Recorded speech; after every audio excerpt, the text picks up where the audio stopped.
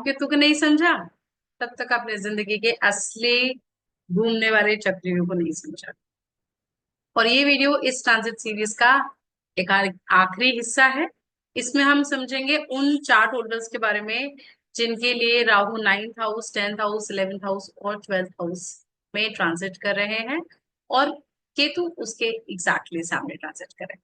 ये वीडियो उन लोगों के लिए है जो लाइफ में भी स्टक फील कर रहे हैं, कंफ्यूज है, या उनको एक इनर स्पिरिचुअल इवोल्यूशन की जरूरत है। और वीडियो के एंड में मैं एक ऐसी साधना शेयर करने वाली हूँ जिससे आपके जो कार्मिक बंधन है, आपको उनसे मुक्त होने में मदद मिलेगी। वो आप किस तरीके से कर सकते हैं, और एक अंत में एक राहु केतु से रिलेटेड इंपॉर्टेंट टेक्निक जिससे आप समझ सकते हैं कि आपका स्पिरिचुअल लेसन क्या होने वाला है।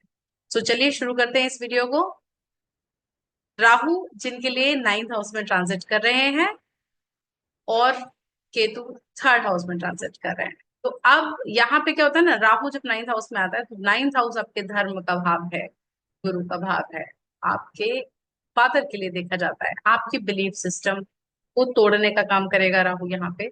आपको जो ट्रेडिशनल गुरु हैं, या आपके जो पितृ परंपरा से जो टीचिंग चली आ रही है, जो आपके फादर के वैल्यू सिस्टम है, आपका उनसे भरोसा उठने लगेगा। आप उनको चैलेंज करने की टेंडेंसी में आओगे।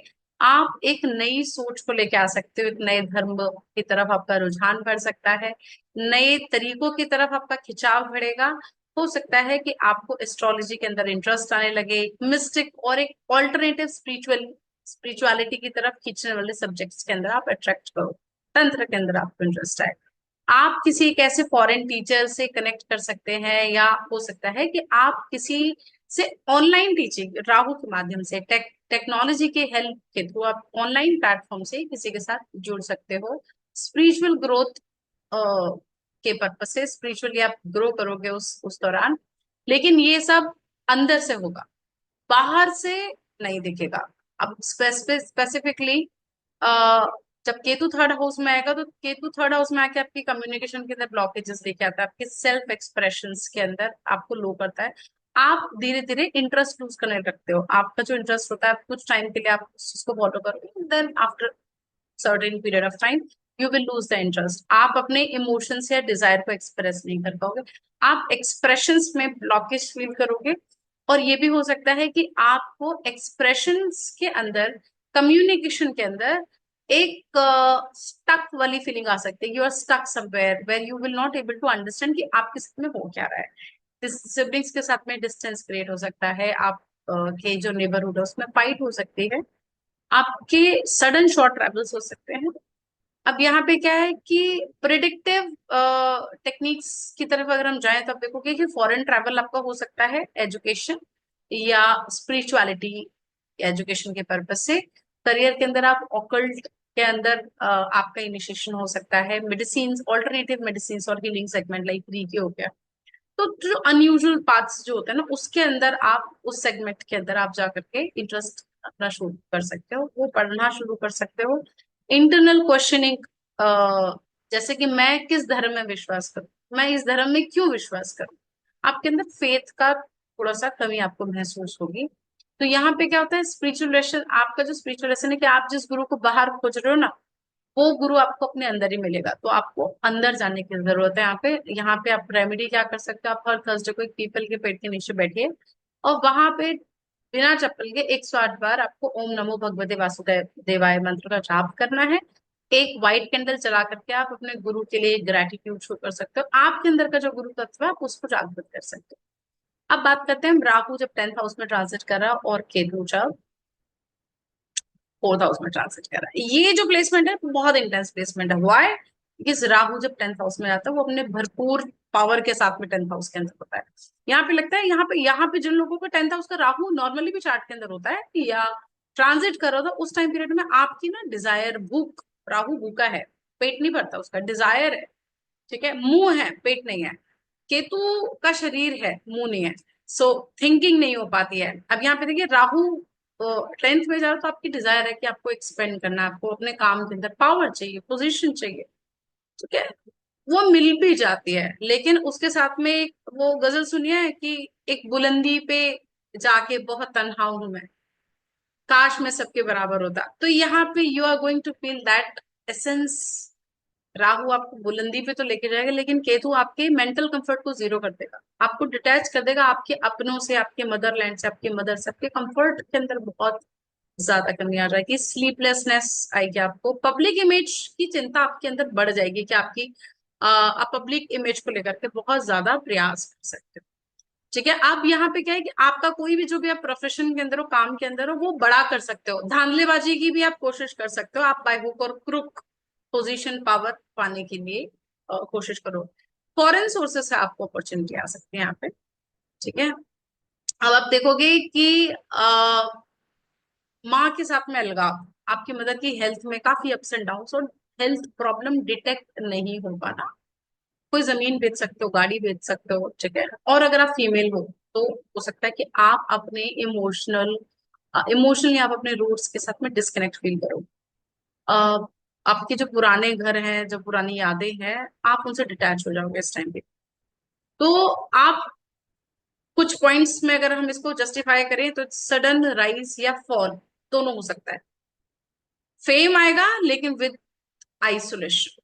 रियल एस्टेट्स के अंदर इश्यूज हो सकते हैं, प्रॉपर्टी, गाड़ी से, बट आपको नुकसान हो सकता है। मदर की हेल्थ के अंदर अप्स एंड डाउन आ सकता है।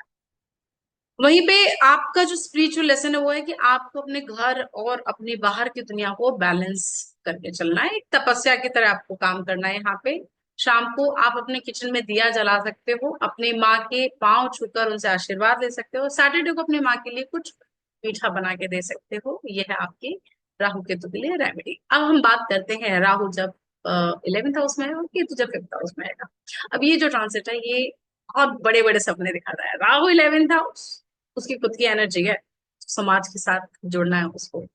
ठीक है, अब यहाँ पे बहुत बड़े ड्रीम्स, बहुत ज्यादा डिजायर्स को एक्टिवेट करेगा, आपका सोशल सर्कल एक्सपेंड होगा, ऑनलाइन आप बहुत सारे ग्रुप्स के अंदर जुड़ सकते हो, लेकिन आपको जेन्युइन लोगों की कमी महसूस होगी यहाँ पर। आपकी डिजायर तो बढ़ेगी, आपको लगेगा कि आप सब कुछ अचीव कर सकते हो, लेकिन उस डिजायर का टेस्ट केतु 5th हाउस में क्रिएटिविटी में ब्लॉकेजेस दे देगा। आपके लव लाइफ के अंदर डिटैचमेंट आएगा, ब्रेकअप हो सकता है, कैजुअल कनेक्शन ज्यादा बढ़ सकते हैं, लॉन्ग टर्म नहीं चल पाएगा। 5th हाउस बच्चों को लेकर के परेशानी रहेगी। अगर आप बच्चों के लिए प्लान कर रहे हो, बच्चा फैमिली प्लानिंग कर रहे हो और कंसीव करने की प्लान कर रहे हो, तो ये टाइम बहुत ज्यादा सक्सेसफुल नहीं रहेगा आपके लिए। आपका नेटवर्क एक्सपेंड होगा इस टाइम पीरियड में, सडन पॉपुलैरिटी बढ़ सकती है ऑनलाइन मीडियम, सोशल मीडिया के ऊपर। लव लाइफ में इशू आ सकते हैं, और आपकी चाइल्ड प्लानिंग और क्रिएटिव ब्लॉकेजेस हो सकते हैं। अब आपको यहाँ पे रेमेडी क्या करना है, आपको अपने हर्ट चक्रा की हीलिंग की रिक्वायरमेंट है। आप रोज क्वार्ट्स या ग्रीन एवेंचुरिन का पेंडेंट पहन सकते हो, और इनर चाइल्ड जर्नलिंग स्टार्ट कर सकते हो, लिखना शुरू कर सकते हो। अब हम यहाँ इस वीडियो के आखिरी पड़ाव पे आ गए हैं, राहु 12th हाउस और केतु 6th हाउस। केतु से 12th house, Rahu 6th house, दोनों ही ये प्लेसमेंट बहुत बहुत ज्यादा स्पेशल है। ये प्लेसमेंट सबसे मिस्टिकल है।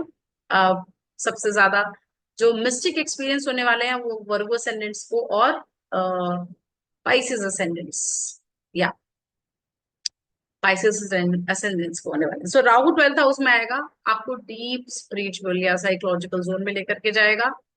आपको लगेगा कि आपका सब कुछ छूट रहा है, पैसा छूट रहा है, आइडेंटिटी छूट रही है, लोग, गोल, सब कुछ छूट रहा है। इस फेज के अंदर ना आप कुंडली एक्टिवेशन, आप आपका साइकिक एक्सपीरियंसेस हो सकते हैं, आप एनर्जी को बहुत डीपली फील करोगे, मेडिटेशन ट्रांस स्टेट में जाने की संभावनाएं बढ़ सकती हैं। ड्रीम्स बहुत पावरफुल आएंगे, आपके आपके इंसेस्ट्रल्स आपको ड्रीम्स में आ सकते हैं, उनके थ्रू आपको नॉलेज मिल सकती है। केतु 6th हाउस में आपके कार्मिक एनिमीज एक्टिव हो सकते हैं इस टाइम। हेल्थ में बहुत ज्यादा प्रॉब्लम आ सकती है, specially related to stomach, lower back और डाइजेशन इश्यूज हो सकते हैं, और वो डिटेक्ट भी नहीं होंगे। ठीक है, मेक श्योर कि आप अपने पेट का खासी ख्याल रखें। आइसोलेशन होगा, फॉरेन ट्रेवल होगा, सडन अवेकनिंग हो सकती है, एनिमीज एक्सपोज हो सकते हैं, स्लीप डिसऑर्डर और third I activation. This is what Pisces ascendants can face. अब यहीं पे आपका जो स्पिरिचुअल लेसन वो है कि आपको सब कुछ छोड़ना पड़ेगा ताकि आप सब कुछ पा सको। रात को लेवेंडर ऑयल का डिफ्यूजर यूज कर सकते हो, this is a remedy for you. And एक स्पिरिचुअल डायरी बना सकते हो जिसमें आप अपने स्पिरिचुअल एक्सपीरियंसेस लिख सकते हो, और आप वहां पे मेंशन करिए आज आपने क्या छोड़ा है और क्या सीखा है।